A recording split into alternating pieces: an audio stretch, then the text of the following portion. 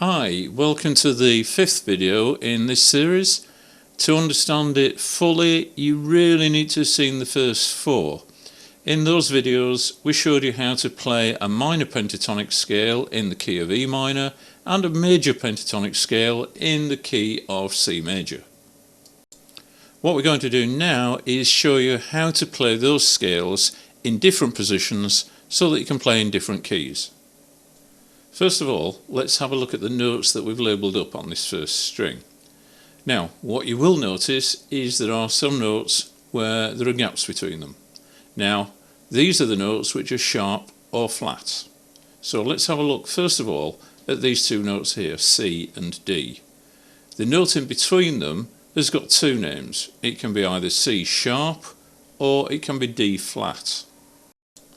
The reason it's got two names is largely to do with writing music on manuscript, but we're not bothered about that at all. So for the time being, it's enough for you to know that that note can be called either C sharp or D flat.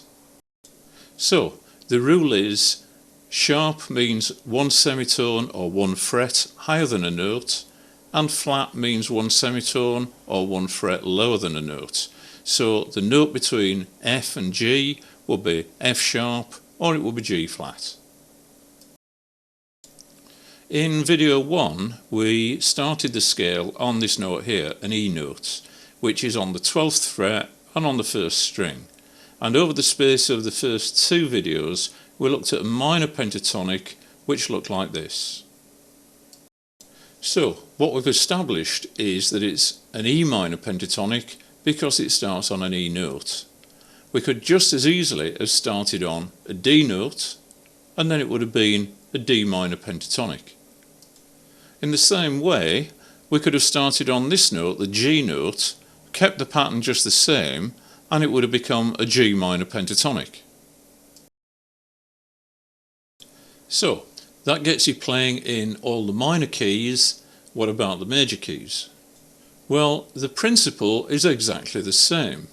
In videos 3 and 4 we looked at starting on this note, a C note, and we used a C major pentatonic scale.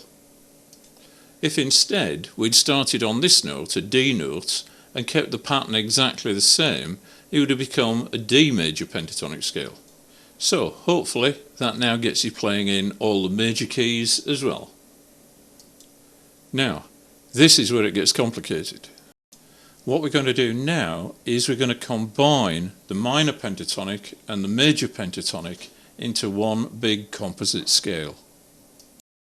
At this stage you might be going to ask, why can we combine these two scales? And the answer is basically that they use the same notes. The only reason the minor scale sounds different to the major scale is the intervals between the notes, and these intervals are either semitones or tones, which is 2 semitones. I don't want to go into any more detail about this at the moment because you don't really need to know how this works in order to use the combined scale. So now let's look at the E minor pentatonic scale again, just on its own. Every minor scale has what we call a relative major scale, and that's the one that we can use with it. And it works the other way around too. Every major scale has a relative minor scale. And these are always 3 semitones apart, or in guitar terms, 3 frets apart. If you can remember that the 3 frets apart, and you can also remember that the major scale is always higher up the fretboard than the minor scale, then you should have everything you need to combine the major and minor scales. So, if we now go up 3 frets from the E note, we get a G note, and we get a G major pentatonic. So, if you find yourself playing in the key of either G major or E minor, then you can use this whole scale as one big composite scale. One thing you will find is that some of these notes are duplicated, so you'll have the same note in 2 different places on different strings. In fact, all the notes that we're using are contained within these 2 brackets here, and this scale is what a lot of guitarists already know as the basic rock scale. So, why don't we just use this scale and forget about all the other notes. Now, the answer is that the way the notes are grouped together will make you play the notes in a different order. So, if you just use the basic rock scale, all your solos are going to end up sounding very similar. If, on the other hand, you use the whole scale, you'll find that automatically you're combining the notes in different orders, and then your solos will have more variation and therefore more variety. You'll also find it easier if eventually you want to add another lower octave to the scale, like this. Okay, so let's look at what you need to remember. Before you can start playing a lead solo, you need to know what key you're in, and you need to know whether it's a major key or a minor key. Whichever key it is, you need to find the note that corresponds to that key on your first string. Then, depending on whether you're playing in a major key or a minor key, you pick the corresponding scale and start from that note. If you then want to add in the relative key, then for a minor key you go down 3 frets from the major key, and for a major key you go up 3 frets from the minor key. So let's just run through that. If we're in the key of, for example, E minor, we look for an E note on the first string and we play the E minor pentatonic scale.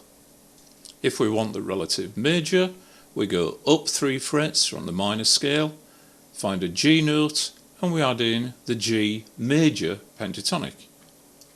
Okay, so there's a lot to think about here, and you might find that you need to go right back to video 1 and go through the first 4 videos just to refresh your memory on the individual scales before you try and put them all together into this one big composite scale.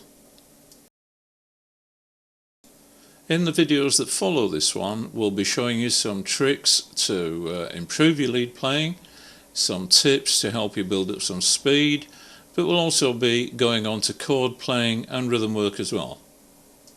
As we've said before, these first 5 videos are best played in order, but from here on you can really choose what you want to learn and pick and mix from the videos so that you just learn it in any order that suits you. We'll be adding new videos on a regular basis, so keep checking the website, or you can find us on Facebook and keep up with all the latest news. So, once again, thanks for looking in and have fun with your guitar playing.